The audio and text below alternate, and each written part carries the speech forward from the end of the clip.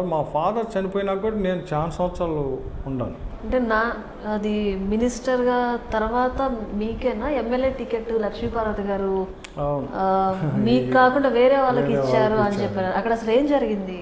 అంటే రాజకీయాల్లోకి ఇవన్నీ మామూలే, కానీ బట్ బ్యాడ్ ఏంటంటే ఆ రోజు మా ఫాదర్ తర్వాత మా సీటు రావాల్సింది, రాలేదు. రాపోయినా కూడా చాలా సంవత్సరాలు తెలుగుదేశం పార్టీకి లాయల్గా పనిచేశాను. అయితే పదే పదే రాజకీయాల్లో మోసం జరుగుతుంటే ఎవరు ఎక్కువ ఓర్చుకోలేంగా. సో ఆ టైంలో హరికృష్ణ గారిని కలిసాం.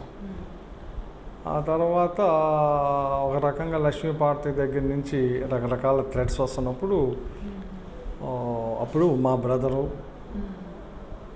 అంటే నా కాలేజెస్ అవన్నీ ఉన్నాయి కదా, సరే మా బ్రదర్ని ఇన్వాల్వ్ చేసి మా బ్రదరు అందరూ కలిసి ఫస్ట్ స్టేట్లో హరికృష్ణ గారి ప్రోగ్రామ్ని ఫస్ట్ ఈ రాష్ట్రంలోనే ఫస్ట్ ప్రోగ్రాం తెనాల్లో పెట్టాం.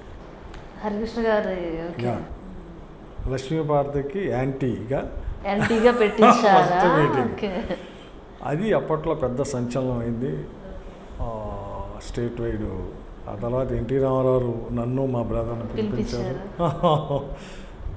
సో ఇక అక్కడి నుంచి మా బ్రదర్ వాళ్ళంతా హరికృష్ణతో జర్నీ చేశారు, నాని ఇల్లు అందరు. ఇంకా అంటే అన్ఫార్చునేట్లీ నాకు సీట్ రాలేకపోవటం, నాకెందుకో అవి రకరకాల కారణాలు. ఏంటంటే వన్స్ రాజకీయాల్లో ఒక వ్యక్తి వచ్చినాక, ఎమ్మెల్యే గెలిచినాక అతను సహజంగా రెండో వ్యక్తి రాకూడదని కోరుకుంటాడు.